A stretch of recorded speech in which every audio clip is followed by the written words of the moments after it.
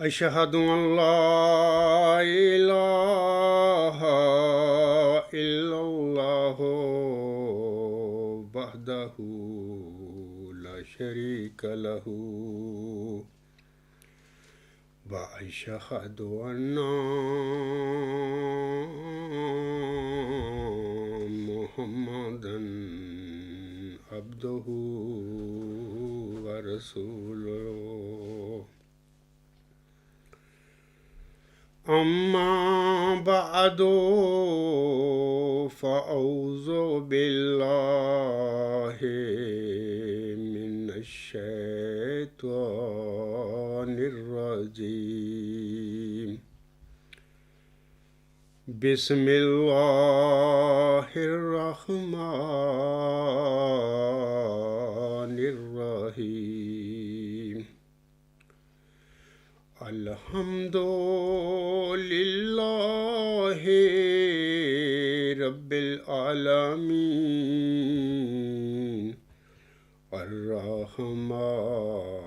الرحيم مالك يوم الدين إياك نعبد وإياك نستعين اهدنا الصراط المستقيم صراط الذين أنعمت عليهم صراط الذين أنعمت عليهم غير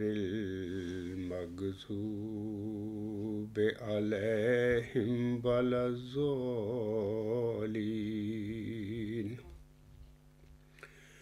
وإذا وقع القول عليهم أخرجنا لهم دابة من الأرض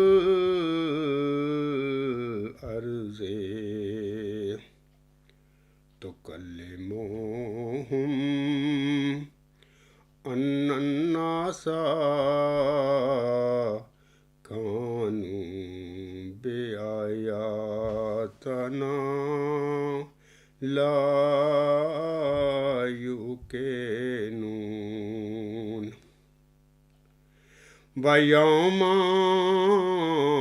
نحشر من كل أمة فوجا ممن يكذب بآياتنا فهم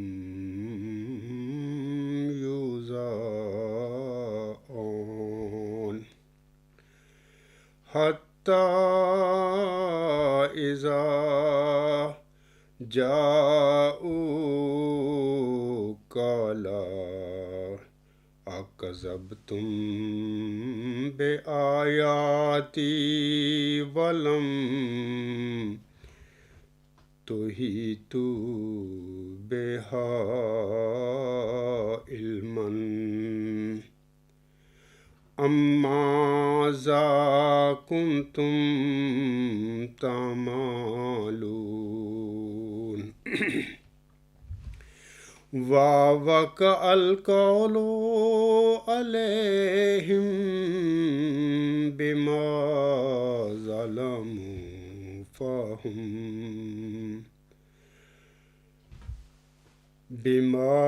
ظلموا فهم لا ينطقون. یہ سورت نمل کی 4 آیات یعنی آیت نمبر 83، 84، 85 اور 86 ابھی میں نے تلاوت کی ہیں. ان آیات کریمہ میں اللہ تعالیٰ فرماتا ہے اور جب ان پر تباہی کی پیش گوئی صادق آ جائے گی تو ہم ان کے لیے زمین میں سے ایک جاندار کیڑا نکالیں گے جو ان کو کاٹے گا،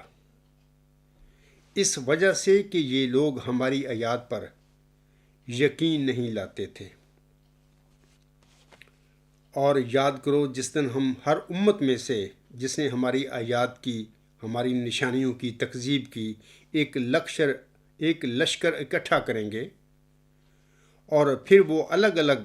گروہوں میں تقسیم کر دیے جائیں گے،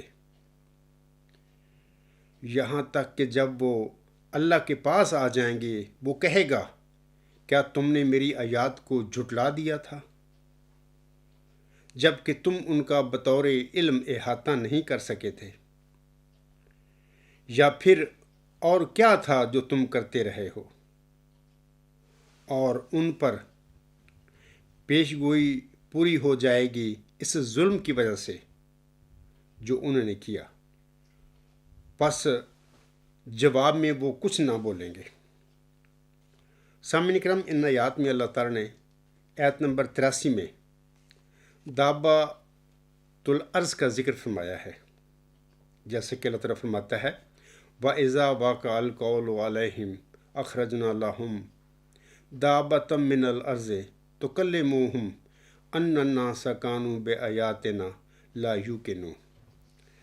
تو اس دابۃ الارض کے حوالے سے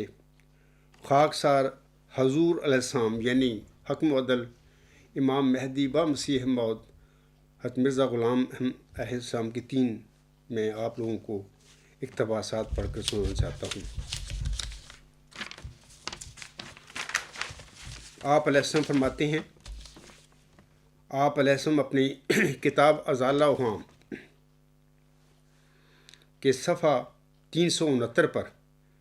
یہ روحانی خزائن جلد 3 ہے، پر فرماتے ہیں، یہ 1891 میں آپ علیہ السلام میں یہ الفاظ لکھے تھے۔ آپ علیہ السلام فرماتے ہیں،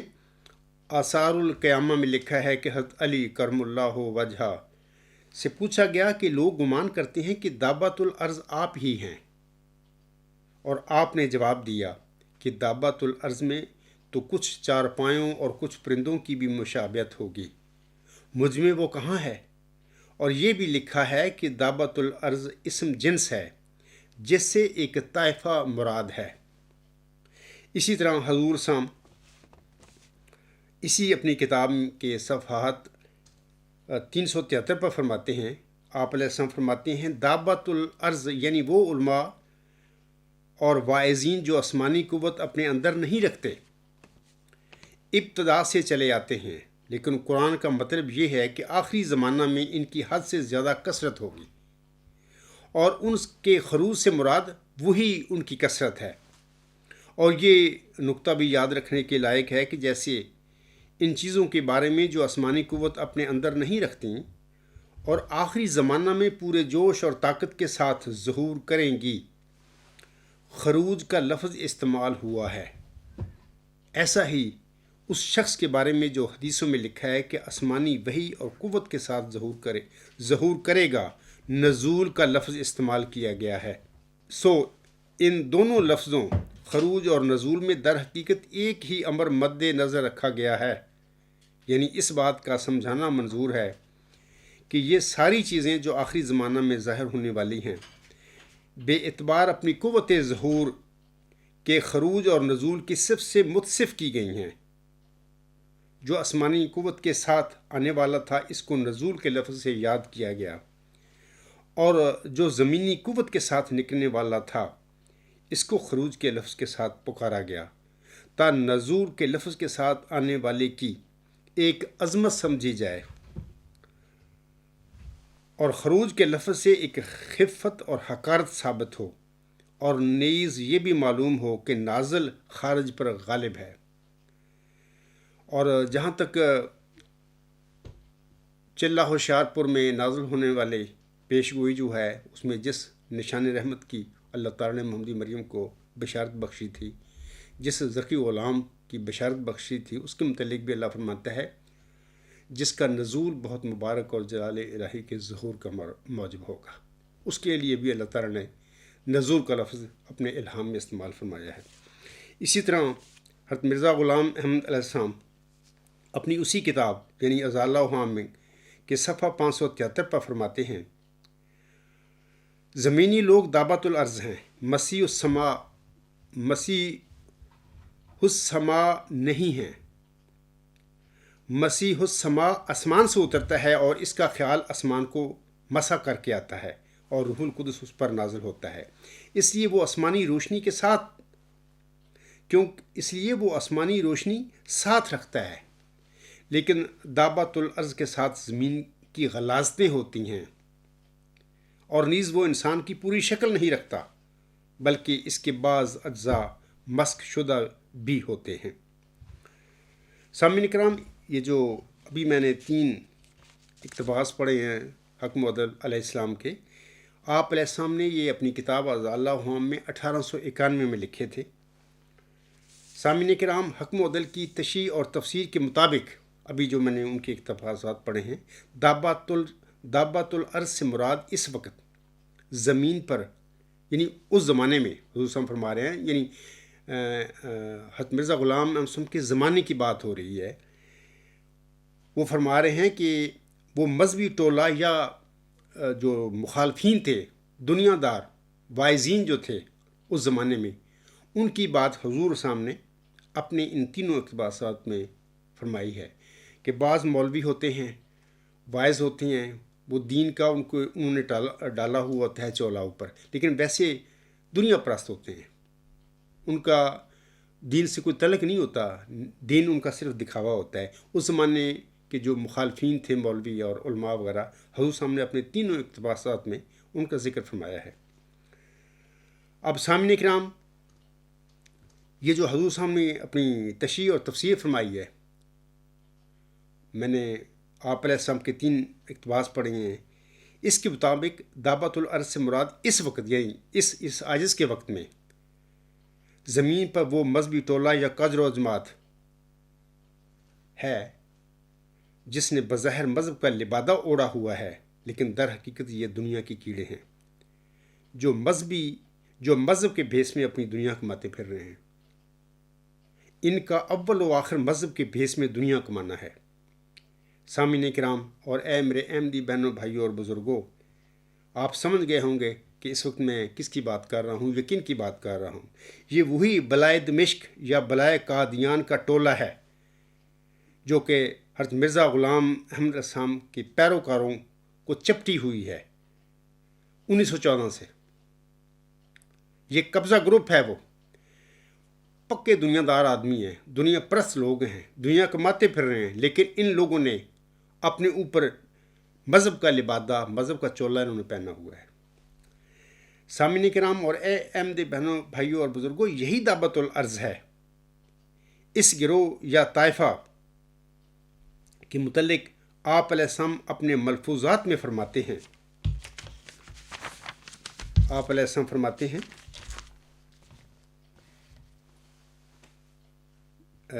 ملفوظات جلد 8 صفحہ 141 پر آپ علیہ السلام فرماتے ہیں، بعض لوگ تو کھلے طور پر طالب دنیا ہیں اور ان کی ساری کوششیں اور تگ و دو دنیا تک محدود ہے، لیکن بعض ہیں تو اسی مردار دنیا کے طلبگار، مگر وہ اس پر دین کی چادر ڈال لیتے ہیں۔ جب اس چادر کو اٹھایا جائے تو وہی نجاست اور وہی بدبو موجود ہے۔ یہ گروہ پہلے گروہ کی نسبت زیادہ خطرناک اور نقصان رساں ہے۔ اکثر لوگ جب ان دینداروں کی حالت کو دیکھتے ہیں تو وہ دہریے ہو جاتے ہیں۔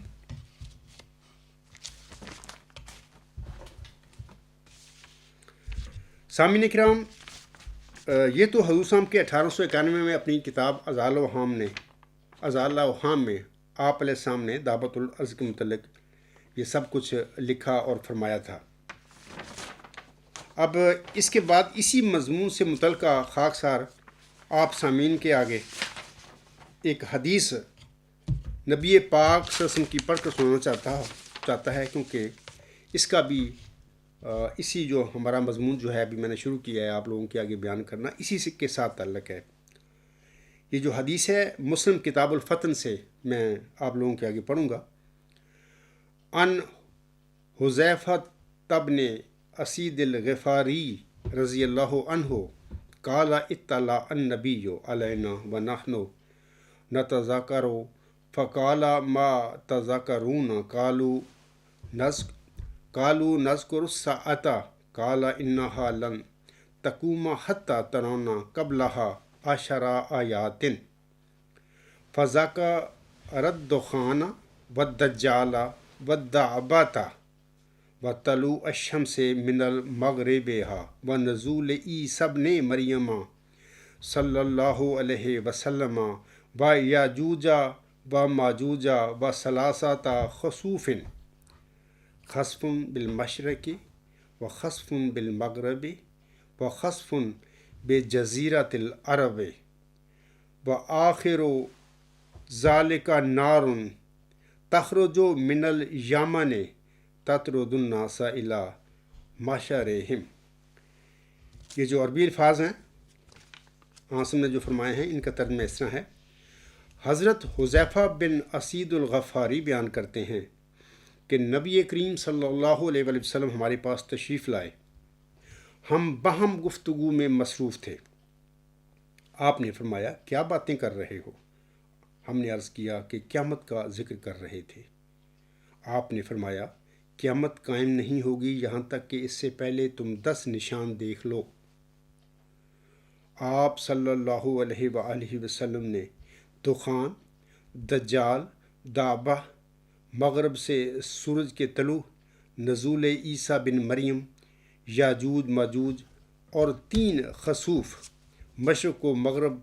اور جزیرۃ العرب میں بیان فرمائے، اور 10ویں چیز ایک آگ بیان فرمائی جو یمن سے ظاہر ہوگی اور لوگوں کو ان کے اکٹھا ہونے کی جگہ کی طرف ہانکے گی۔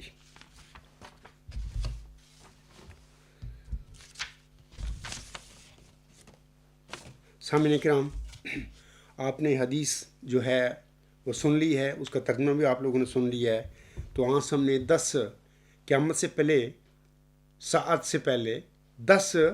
علامتوں کا ذکر فرمایا ہے۔ امام حاکم نے اس حدیث کو صحیح قرار دیا ہے۔ اس حدیث کی ایک دوسری روایت میں قیامت سے قبل ظاہر ہونے والے